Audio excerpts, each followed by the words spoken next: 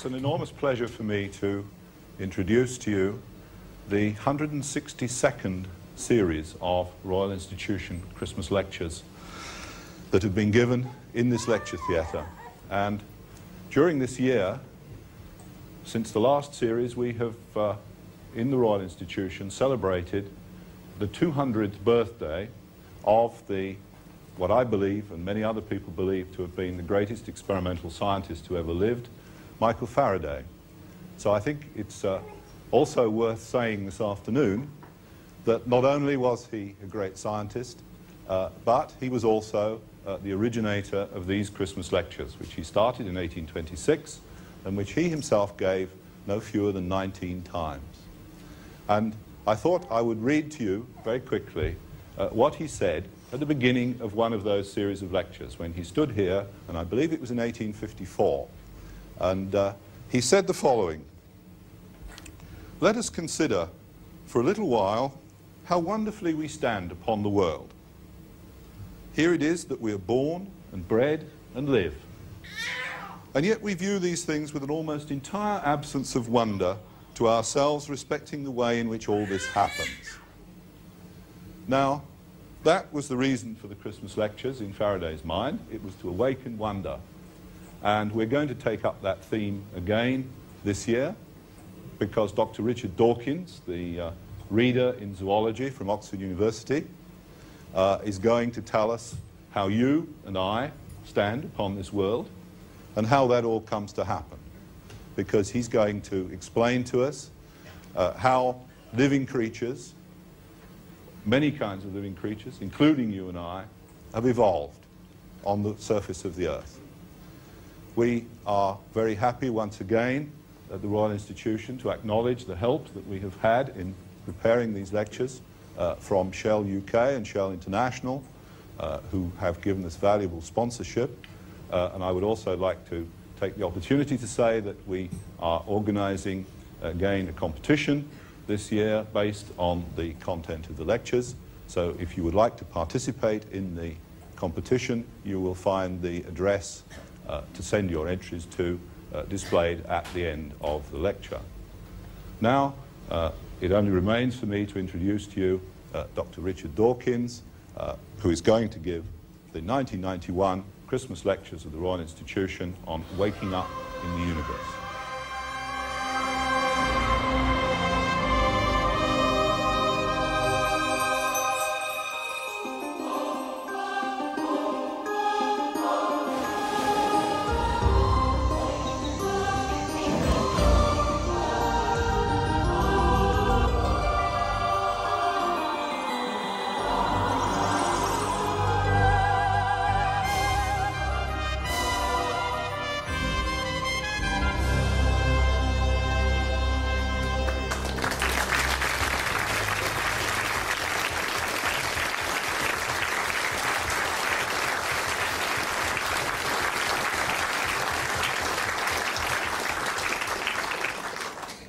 Hello, thank you very much for coming.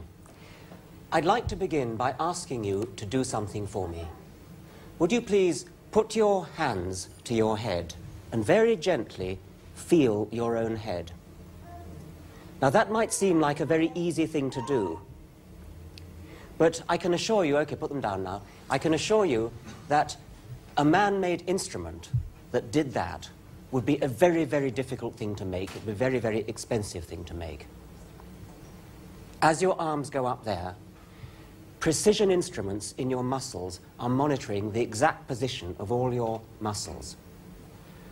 Thousands of sensory endings in your fingers are feeling the exact texture of your hair, the shape of your ears, the shape of your skull. Your brain is measuring the width of your skull with the greatest of precision. If a human factory were to manufacture an instrument, a robot arm capable of doing that, it would cost something in the region, I would think, of £100 million.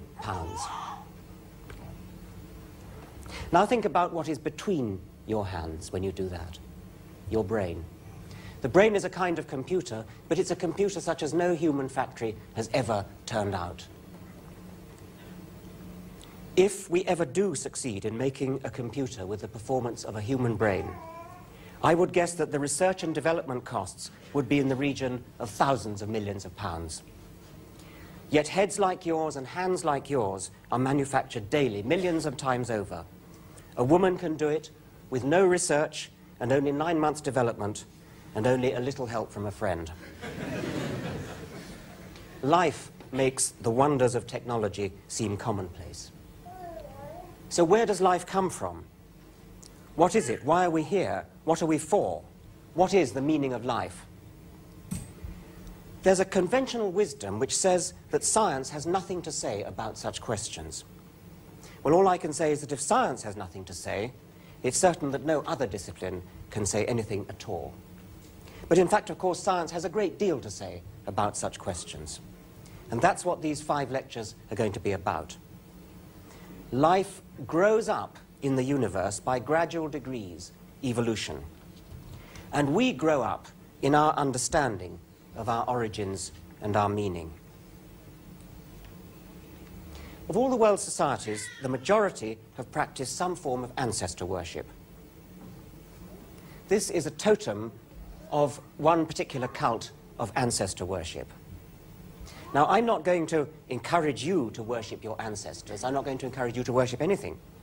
But it is true that ancestors hold the key to understanding the meaning of life. Now, you might think it's easy enough to be an ancestor. It's easy enough to reproduce, or relatively easy, but to become an ancestor, you've got to have descendants alive many generations hence. And that's more of a tall order. We can think about it by going back to one of the simplest sorts of animals, a bacterium, right back at the beginning of life, and think about how many bacteria there would be after, say, 50 generations of reproduction. And we're going to illustrate this by folding paper. Now, I wonder if I could have 2 volunteers to fold the paper, right there, and, yes, there. Thank you.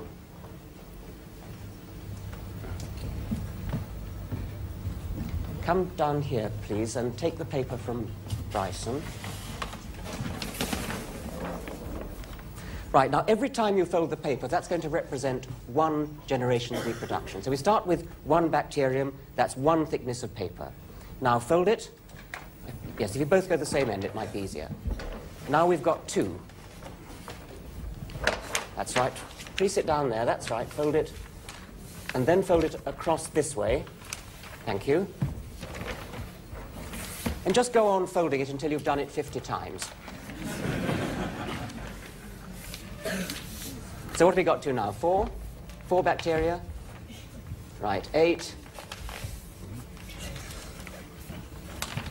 16. 32. Well, can't you do any more? Right, that's probably... All right, it looks as though they're not going to make it. We're going to have to resort to mathematics to calculate how thick that paper would be. OK, thank you very much. Do sit down. Okay.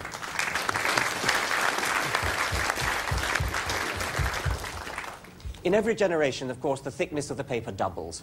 So we go 2, 4, 8, 16, 32, 64, and so on. We go on multiplying by 2 50 times. After we've multiplied by 2 50 times, what have we got? We've got a very big number indeed. We've got, in fact, 1,000 trillion, a 1 with 15 noughts after it.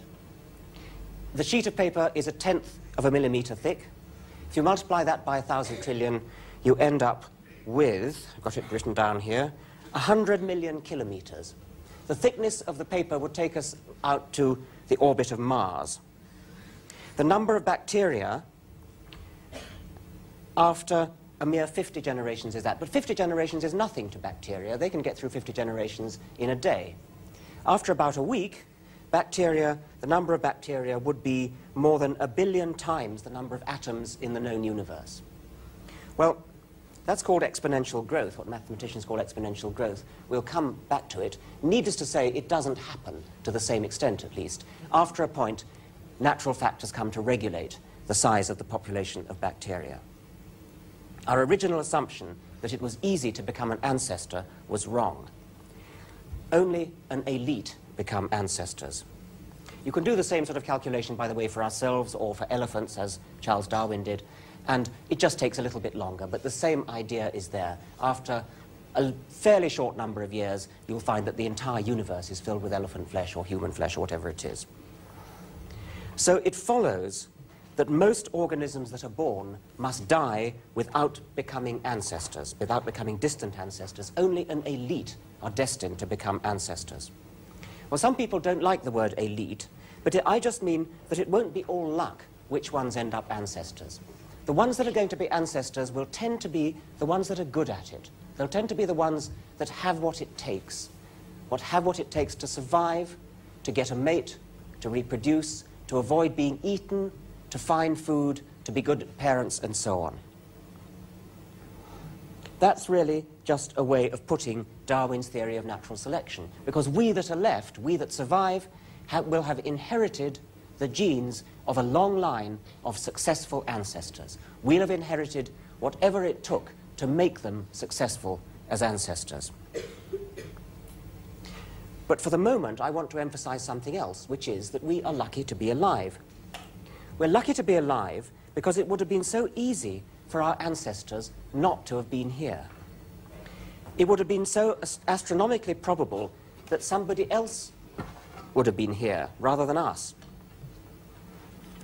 And we're lucky to be alive for another reason. Think about it this way. The universe is about 14,000 million years old. That's 140 million centuries. Some 60 million centuries from now, the sun will become a red giant and engulf the Earth. So there are about 200 million centuries from the origin of the universe to the end of the world. Now, of the 140 million centuries since time began, every one of them was once the present century. And of the 60 million centuries to the end of the world, every one of them will be the present century. The present century is a tiny spotlight inching its way along a gigantic ruler of time. Everything before the spotlight is in the darkness of the dead past. Everything after the spotlight is in the darkness of the unknown future. We live in the spotlight. Of all the 200 million centuries along the ruler of time, 199,999,999 centuries are in darkness. Only one is lit up, and that's the one in which we happen, by sheer luck, to be alive. The odds against our centuries happening to be the present century are the same as the odds against a penny tossed out at random on the road from London to Istanbul happening to fall on a particular ant.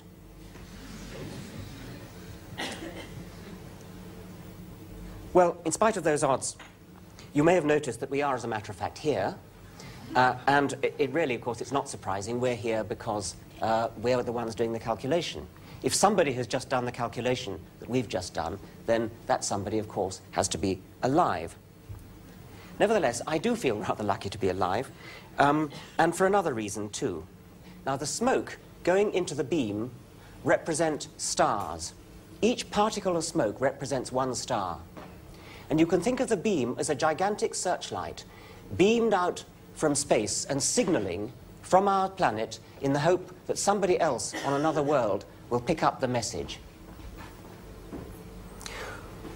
We don't know how likely it is that there is anybody up there. We can say that if our message does hit another planet, then almost certainly it'll be so far away that if those people up there had a telescope looking back at us, then what they would be seeing is not us at all, but the dinosaurs that was here 65 million years ago. Or in other words, our message will reach people millions of years into the future.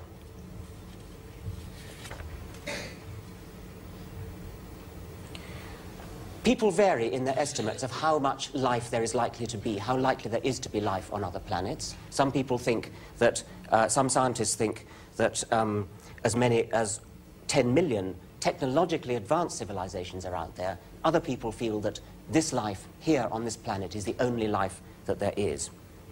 But even on the most extremely optimistic estimate, it's still true that most of those worlds out there are going to be deserts. Most of them are not going to have any life on them at all, nor even any possibility of life on them at all.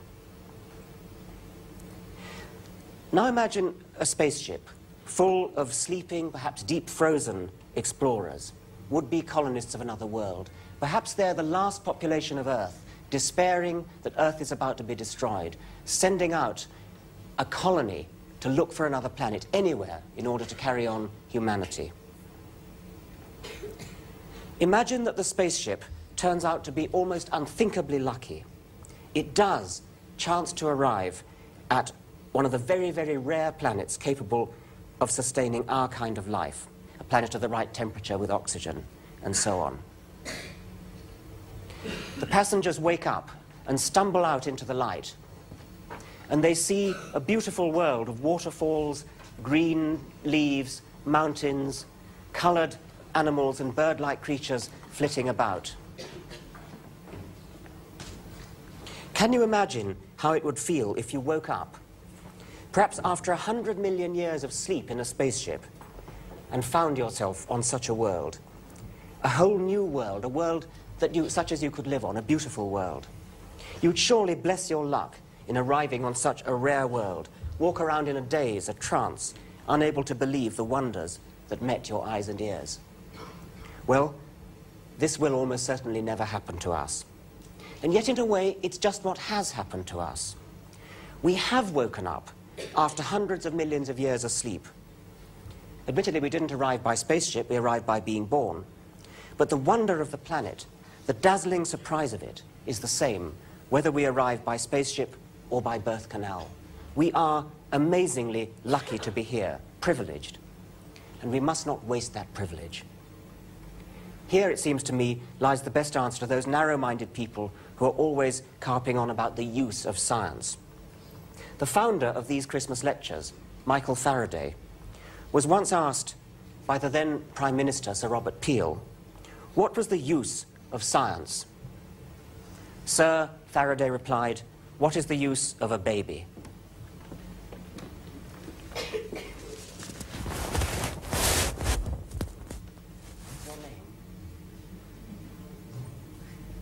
She says her name's Hannah.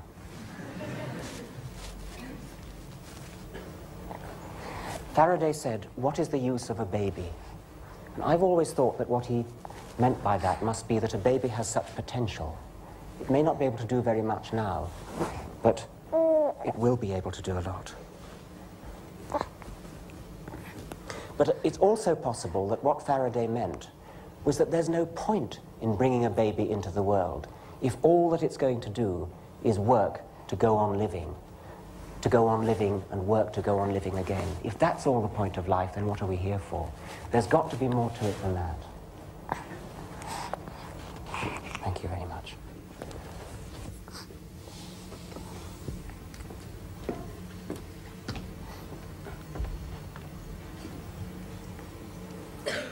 Some of life must be devoted to living itself. Some of life must be devoted to doing something worthwhile with one's life, not just to perpetuating it. This is, of course, how people quite rightly justify spending taxpayers' money on the arts and on conserving rare species.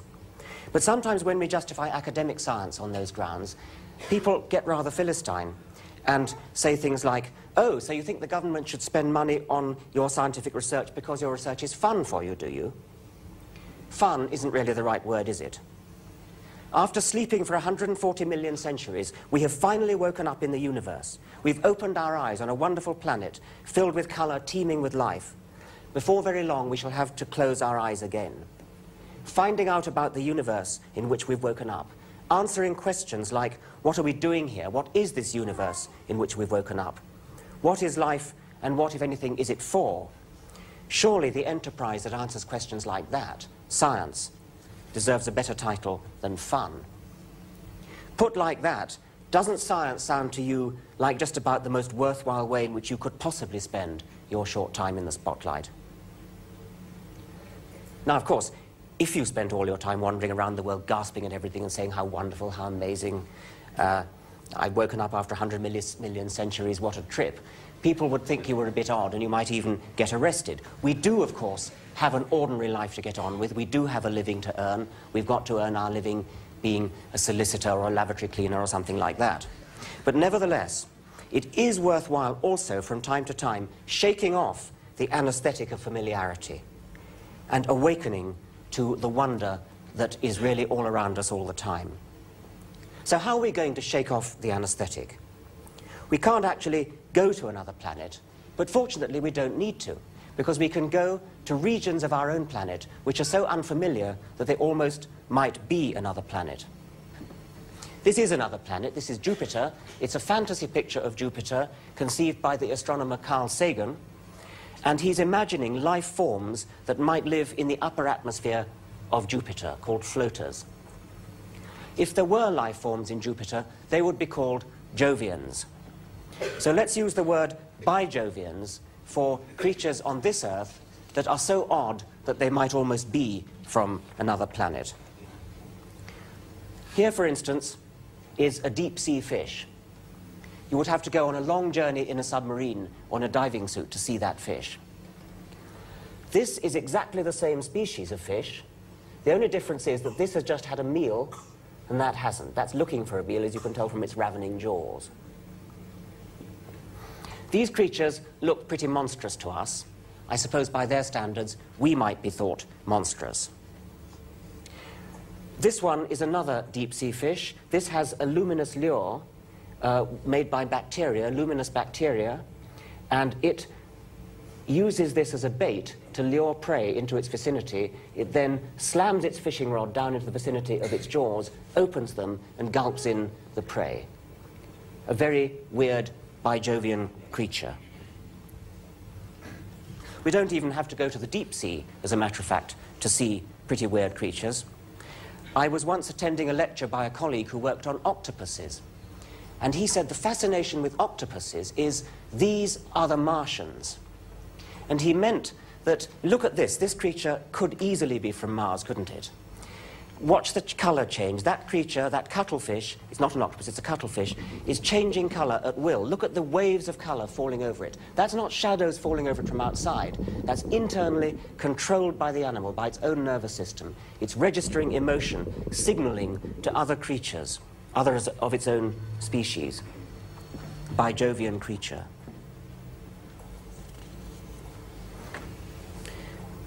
We don't even have to go to the sea at all. These are all insects. They all have the same basic insect body plan, which they inherited from a common insect ancestor which lived about 350 million years ago. They all look like insects because they've inherited those attributes.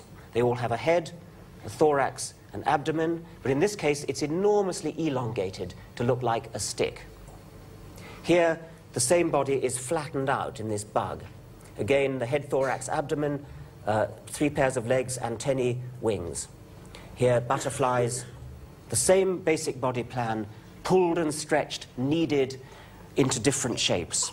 But basically, the same shape. They've never quite shaken off their ancestral influence. But we were talking about shaking off our anesthetic of soporific familiarity. And another way to achieve the illusion of waking up on a distant planet is to shrink ourselves, to go on a different kind of journey, to a much smaller scale than we're used to. This is a dust mite. It's the sort of thing that you've met often in the carpets of your own home, but didn't know it.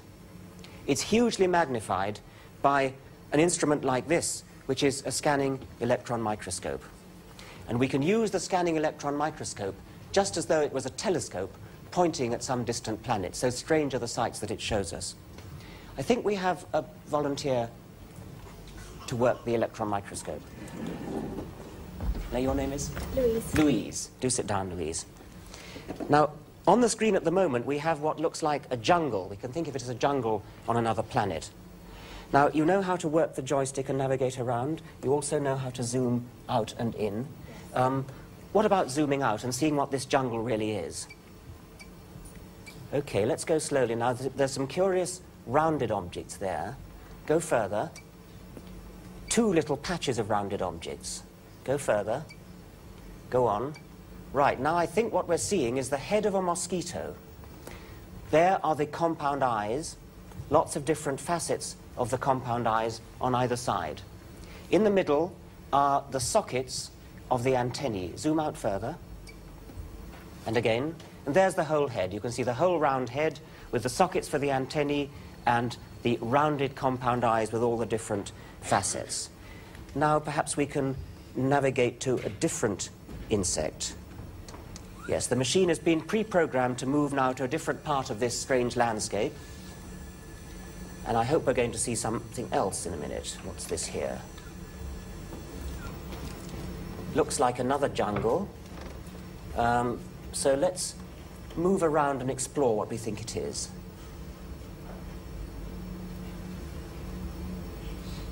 I can't see anything yet. Oh, wait a minute. Let's zoom out a bit and see whether we can see better then. Again, again. Oh, that's looking like something. I think that's a pair of wings off to the left side, isn't it? So I think that might be the thorax of an insect of some sort. Let's try moving that way and see what we see. Other way. Might speed it up a little bit. That's right. Ah, it's the abdomen of a bee, I would think. Go on. More. Now, what's that? There's something curious poking out. Try and steer your way around so that's in the middle. Other way. And then down a bit. Now zoom into it. I'll keep steering, shall I? Right, zoom in. Need a bit of focus, I think. Can we do that? It looks to me like the head of something else. Zoom out again.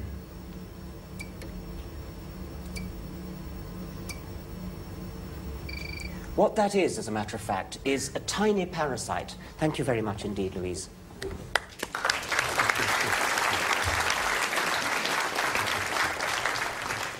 It's a tiny insect parasite called a strepsipteran, which is parasitizing a bee, and what you saw was the strepsipteran poking out below the armor plating of the bee there. There's its compound eyes, and there's its body, and that is one armor plate of the bee.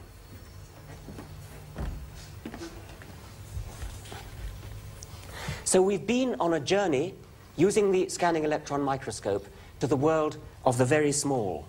And that's another way of capturing the strangeness of our own world. Yet another way is to go into our own bodies and look at the detailed structure of our own bodies. For example, this is a picture of a human brain. And each of these black things is one brain cell. And you can see how many there are. There are only a tiny fraction of them stained to be seen here. And the bewildering forest of interconnections between them. The total length of nerve cells in a human brain, if laid end to end, would stretch right round the circumference of the world, not just once, but 25 times. Well, that's not in itself a very interesting fact. For one thing, if you actually did that, and you sent a message from one end of this vast, great nerve to the other, it would take about 6 years to get to the other end of the nerve. What's truly impressive about the nervous system is not the sheer number of elements, but their connectedness. The complexity of the connections is truly awesome. Here is just 4 or 3 nerve cells, and these are the connections between them. There are about 2,000 wires connecting each nerve cell to each other nerve cell. So the total number of connections in the brain must be about 200 million. To put that into perspective, if we assume that each of those connections is equivalent to one switching unit of a computer, this gives the brain about 10 million times as many switching elements as a typical desktop computer. Brains are impressive because of the number and connections of their cells, but there are lots of other different kinds of cells in the body, and they all have the same basic structure inside. This is a typical animal cell, a model of a typical animal cell. And it's not just a bag of juice, it's filled with membranes. It's got a structure, an internal structure. Each of these blue things here is a membrane. And every cell has them in large amounts, such that the total area of membrane inside a typical human body is about 200 acres. That's a good-sized farm. What are they all doing? Well, they aren't just sort of stuffing or folded wadding. Those membranes, in many cases, are chemical factories, particularly the ones in these bodies called mitochondria. The orange ones here, they are made of membrane, And in those membranes, in every bit of those membranes, is going on chemistry. They are chemical factories. This here is a map of the chemical reactions in every cell. Mind-bogglingly complicated, stupefyingly complicated. Every one of these arrows is one chemical reaction. Yet all of that is going on all the time inside the membranes of every mitochondrion in every cell in you. And the number of mitochondria in which that's going on all the time is such that if you laid all your mitochondria end to end, they would go around the world not once, not 25 times, but 2,000 times.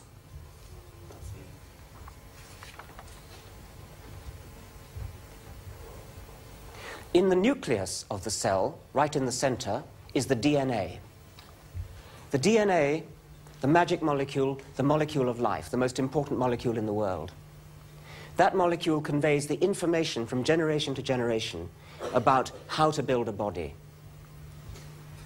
The total amount of information is such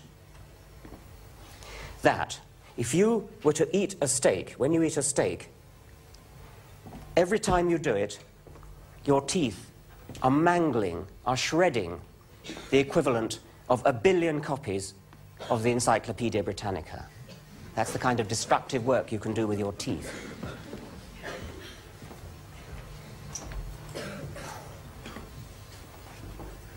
Hemoglobin is the molecule that carries oxygen in the blood. You can see it. The shape of it is complicated. It's very complicated, and what's remarkable about it is that the same shape is going on all the time in all the different molecules. That you can think of the hemoglobin molecule as rather like a truck for carrying oxygen. Each hemoglobin molecule drives around carrying oxygen from one part of the body to another. It's a vehicle for carrying oxygen. But I've just got 6 little trucks here. What's remarkable about hemoglobin is that the number of them in your bloodstream is not just 6, it's 6,000 million. And they're all very complicated, they all look like that, they all look exactly the same as each other. And they're all being destroyed and new ones being created all the time in your blood at a rate of 400 million every second. Another way to shake off the anesthetic of familiarity, another way to experience something a little bit like going to another planet, is to go on another kind of journey backwards in time on our own planet. The best way to do this would be with a time machine, but even Bryson Gore and the Royal Institution can't lay on a time machine for us, so we have to use fossils. One of the most difficult things to grasp about fossils, like this trilobite here, is how old they are. You can have no conception how old that animal is. In case that sounds patronizing, let me rephrase it. I can have no conception how old it is. I can tell you in words how old it is. It's about 500 million years old, perhaps a bit more. But to tell you in words, and really to understand what that means, is another matter. Our brains have evolved to comprehend the timescales of our own lifetimes. We can understand seconds, minutes, days, weeks, years, even centuries we can understand. When we come to millennia, thousands of years, our spines start to tingle. Epic myths like Homer's Odyssey, tales of the Greek gods, Zeus and Apollo and the others, the Jewish heroes, Moses and Joshua and their god Yahweh, the ancient Egyptians and the sun god Ra, these all give us an eerie feeling of immense age. We feel that we're peering back into the mists of antiquity. Yet on the timescale of this fossil, those mists of antiquity don't even count as yesterday. This is a cuneiform tablet from Mesopotamia, somewhere around the 7th century BC. It's, let me see, my cuneiform's a bit rusty. Yes, it's a legal document on the sale of some land near Nineveh. Yes, that's right. This here is another thing that gives one the same feeling. This is a Bronze Age warrior's mask that was dug up in the last century by a famous 19th century archaeologist, Schliemann. And he said, I have gazed upon the face of Agamemnon. Now, this, as a matter of fact, it wasn't the face of Agamemnon, but he thought it was. And to him, that was his way of being awed at the immense age of it. He was feeling himself going back through those mists of antiquity. Let's try to get a feel for how old things really are, and then try to fit our trilobite onto the same scale. I'm going to take one pace to represent 1,000 years, and I'm going to start at the time of the first Christmas. So this little brooch here dates from the time of the first Christmas, 0 BC. If I take one pace, I'm back at 1000 BC, about the time of the tablet that we've just been looking at, about the time of King David. Another pace, 2000 BC, and this Bronze Age axe head. Another pace, 3000 BC, about the time just before the building of the Egyptian pyramids. Another pace, this piece of pottery, 4000 BC, about the time when Archbishop Usher calculated the beginning of the world and Adam and Eve. But we've hardly started yet. We've got a long way to go. Walking from one side of the green bench to the other, we've gone back to 4000 BC. This is Homo habilis. She, or someone very like her, is our direct ancestor. She lived 2 million years ago. To get back to her time, you would need, on the same scale of pacing, to go about 2 kilometers, quite a long way. Now, we've got some more ancestral portraits, and I'm going to call them up in order. So will the person who's sitting behind Australopithecus, the first one, please stand up? Thank you. That's Australopithecus. He is probably a direct ancestor of this one. He lived about 3 million years ago. So we'd have to walk 3 kilometers to get to his time. Now the next person, please. Thank you. That's Ramapithecus. That would be possibly an ancestor not just of us, but also of all the great apes. And he's about 14 kilometers away on our scale. The next one, please. Thank you. That's an early primate. And that, to get to that one, you'd have to walk to about Hemel Hempstead to get to the age of that creature. The next one, please. An early mammal, about Luton, that distance. Next one. An insectivore with the little millipede in its jaws. Maybe Newport Pagnell. The next one, please. That's an early mammal-like reptile, and its distance is about Manchester. The next one. An amphibian. Middlesbrough. And the next. Right, that's a fish just coming out of water, just leaving the water and coming to the land, and its distance is about Carlisle. And I've left, do sit down now, thank you very much. Those are all your ancestors.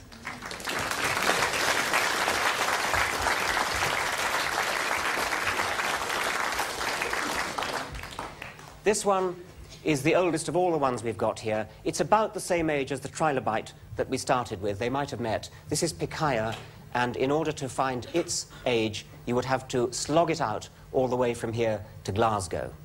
And remember that our perception of historical time, back to the mists of antiquity, is a couple of paces across this green table. And even with Pikaia, we haven't finished, because there are lots and lots more ancestors before Pikaia. If we go back to the origin of life, to the first bacteria, we're going back 3,500 million years. And in order to pace our way back to that age, we would have to march all the way from here to Moscow. These are the sorts of ages that we have to understand if we're going to understand evolution, and our brains are not equipped to do so. And when we were looking at our ancestors around there, we could be misled because it gives the idea that evolution is marching inexorably towards a climax, the climax being, of course, us. And that's not the way it was. Evolution was marching in thousands and millions of different directions at once. This here is not the Royal Institution Christmas tree, it's the tree of life, and it's a representation of a tiny, tiny fraction of the lines of evolution that there were. The origin of life is down here. This is the first 1,000 million years of life here, coming up here. Now, each of these branch points represents an ancestor of whatever lies up the branches from it. So, for example, there are the plants. This, I should say, is definitely not to scale. I've just noticed. So never mind that. Forget everything about scale on this tree. What is correct is the order of branching, but not the detailed distances of the branches. So this branch represents the plants. Those two are closer cousins of each other than they are of that one. This branch represents the primates, with a gorilla and a human, and their common ancestor is there. This branch here represents carnivores, and there's a branch with a lion and a tiger, and their common ancestor there, which is more recent than the common ancestor of the bear and the dog, but that's the common ancestor of all the carnivores. Here we have the zebra and the rhino, not to scale, and you can see that they are more closely related to one another than either of them is to these cloven-hooved animals, the bison, the sheep, and the goat. The sheep and the goat have a very recent common ancestor. They're cousins. The bison has a slightly older common ancestor. Here we have two insects, a fly and a grasshopper, and they have an ancestor there. And then they share an ancestor with the spiders a little bit earlier on. This is a tiny fraction of the number of animals and plants that there should be on this tree. This tree should have some 10 or 20 million twigs around there. And the ancestors of all these animals are in the middle of the tree, going inwards like that. So all the ancestral portraits that we've just seen around there, they would be laid out along there. What we're looking at here are all modern animals. All those animals are cousins of one another, and they're cousins of us. These hamsters here are also cousins of us. Everything that's alive today is a cousin of us. These fish are our cousins. These elephants, these are, by the way, extinct elephants are our cousins. This swift is our cousin. We know that they're all our cousins because we know that they all have the same DNA code. The DNA code of all living things alive today is the same. And that is too improbable to have come about unless we have an ancestor. We're all descended from one remote ancestor which lived probably between 3,000 and 4,000 million years ago, and we are therefore all cousins. If we ever meet life from another planet, the creatures from there will not be our cousins. They will have evolved entirely independently. They won't have DNA, would be my guess. However, I would be prepared to say that they are likely to have quite a lot in common with us simply because there's a lot of similar problems to be solved in living, and those problems are likely to be the same all over the universe. So although they won't have DNA, they'll have something very similar in function. It'll do something very like DNA, and it'll work in a similar way to DNA. I'd also be prepared to put my shirt on the bet that they will have evolved by the equivalent of Darwinian natural selection. If we're ever visited by life forms from another planet, they will certainly have evolved the power to think and do science. Otherwise, they couldn't have got here. And their science is bound to be essentially the same as our science.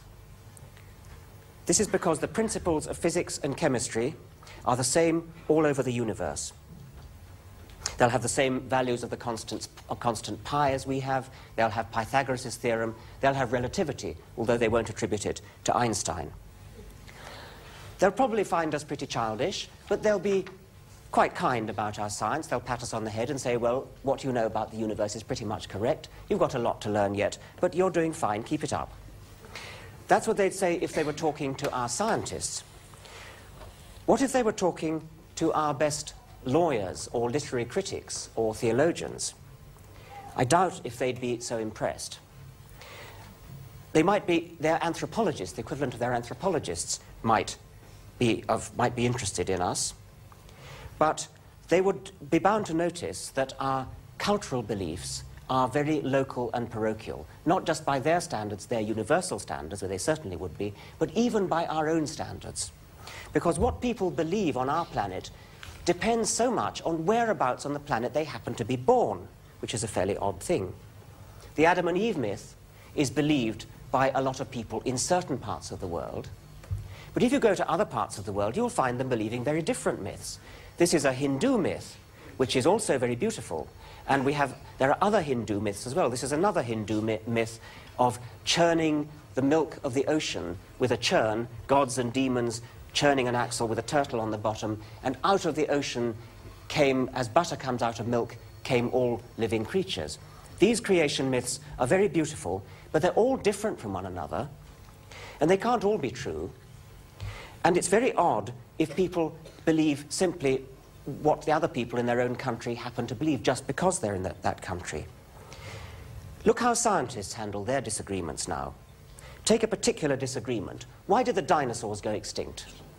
There are various theories. This is the theory that a comet or meteorite hit the Earth and caused a catastrophe that drove the dinosaurs extinct, and a lot of scientists believe that. A lot of scientists, on the other hand, believe that a virus killed the dinosaurs. And another lot of scientists believe that the mammals arose and ate the dinosaurs' eggs. Now, no doubt there's something going for all those theories. The point is that different scientists believe them. And the reason why they disagree is that there isn't enough evidence yet. Everybody knows, everybody agrees about what sort of evidence would be needed in order to make them change their mind. But suppose science worked like creation myths, or like languages. Here we have a map of world languages. In this red area, English is spoken. There, Spanish is spoken. There, Russian is spoken. And it's quite natural that you should be able to plot a map like that people should speak the language of their country. But what if scientific theories were like that? What if we had a similar map of the distribution of scientific theories? Suppose in the red area everyone believed the meteor theory of the dinosaur extinction. And in that area, everybody believed the virus theory. And in that area, everybody believed the mammals eating the eggs theory. Wouldn't that be a pretty silly sort of science? Imagine the scene, two scientists arguing, and one of them says, I believe that the dinosaurs went extinct because a comet hit the Earth. Why do I believe that? Because that's what my father and grandfather believed. And that's what people in my country have always believed. But I believe that it was a virus that drove the dinosaurs extinct. Why do I believe that? Because my father and grandfather believed it, and that's what people in my country have always believed. Or, suppose the conversation went like this. Never mind the evidence. I just know that a comet struck the Earth, because it's been privately revealed to me that a comet struck the Earth. But I just know that it was a virus, because I just know it, because I just know it, because I have faith that it was a virus. If you overheard conversations like that, you'd think they were pretty odd scientists, wouldn't you? You'd see no reason to believe any of them. Growing up in the universe partly means evolving from simple to complicated, inefficient to efficient, brainless to brainy. But it also means growing out of parochial and superstitious views of the universe, growing up to a proper scientific understanding of the universe based upon evidence, public argument, rather than authority or tradition or private revelation. Growing up means trying to understand how the universe works, not copping out with supernatural ideas that only seem to explain things but actually explain nothing. Well, you might say, can we really afford to be snooty about the supernatural? After all, many of us have probably had uncanny experiences that sound like telepathy. We perhaps dreamt about somebody whom we hadn't thought of for years, and then the very next day we had a letter from them, and we think, what an amazing coincidence. There must be something supernatural. It seems so spooky. That's a supernatural explanation. What would a natural explanation of an event like that be? Well, what we've got to do is to come to a proper assessment of how likely it would have been that this could have happened anyway by sheer luck. And there are ways of doing that, and we can run a very simple experiment here on a very small scale. We're going to do it by tossing pennies. It may be that somewhere in this audience is somebody who is psychic and is capable of willing a penny to come down heads or tails. And what we've got to do is to identify that psychic individual. So Bryson is going to toss a penny, and I'm going to ask everybody on this side of the... We'll forget about the gallery because I can't see them up there. Everybody on this side of me here is to will it to come down heads. Really think of it coming down heads. Try to make it come down heads. We'll try to see whether the psychic individual is that side. Or on this side, everybody should will it to come down tails. OK, so off we go. Tails. Tails, right. So if we've got a psychic individual, it must be on this side. Right. Now, would everybody on this side then please stand up? We're going to try to do this by elimination. Now, everybody on this side of the aisle, will it to become heads. Everybody on this side of the aisle, will it to come down tails. Heads. Heads. Sit down, please. Stay standing up. Now, it's got a bit of a problem here. Let's say everyone from behind the row that was holding up the ancestral portraits should will it to come down heads, and everyone from the ancestral portraits downwards, tails. Tails. Right, the back rows then sit down, please. Right, now we're narrowing it down. How many tosses have we done? 3. Right. Now, 1, 2, 3, 4. Let's say the back 2 rows of those standing will it to be heads and the remainder tails. Tails. Back 2 rows sit down, please. Right, now, 1, 2, 3, 4, 5, 6, 1, 2, 3. OK, we'll make it simple. The back row heads and the front 2 rows tails. Tails. Back row sit down. Right, back row heads, front row tails. Tails. Tails. Now, right, let's say that from Coca-Cola to the left, heads, and the other one tails. Heads. Heads. Down, please. No, Coca-Cola stand. Oh, right. Right. Heads, tails. Heads. Heads. Right. Well done. How many tosses was that? I don't know how many tosses that was, but congratulations. Let us suppose that it was 8. It was it? Right. Now, what's your name? Who got it? Me. Yes. Johnny. Yes. Well, Donny. Now, the question is he psychic? He managed to get it right 8 times in a row, and that's pretty impressive. But, of course, there's absolutely no evidence whatever that he's psychic. He did indeed think about heads and tails, and it did come down the right way. But if you think about how we set the experiment up with successive divisions, he could have thought about ham and eggs and it would have given the same result. It had to come out, because of the number of people here, it had to come out that somebody was apparently psychic.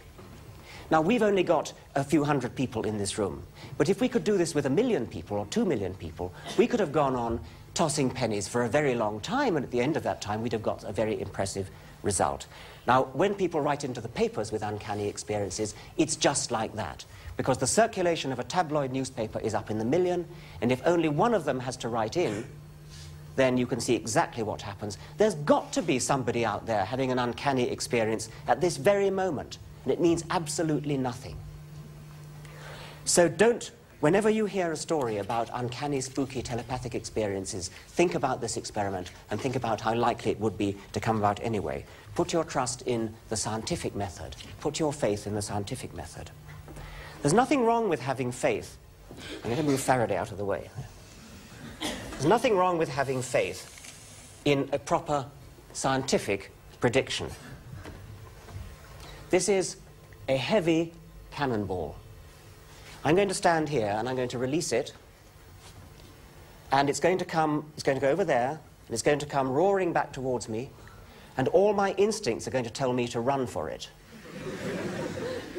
But I have enough faith in the scientific method to know that it's going to stop just about 1 inch short, or perhaps less, of my head. So here goes.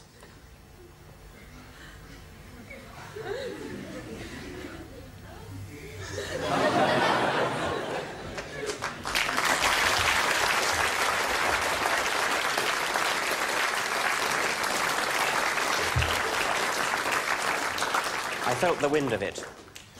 The Nobel Prize-winning scientist Sir Peter Medawar, in a book written jointly with his wife, wrote the following: "Only human beings guide their behavior by a knowledge of what happened before they were born and a preconception of what may happen after they are dead.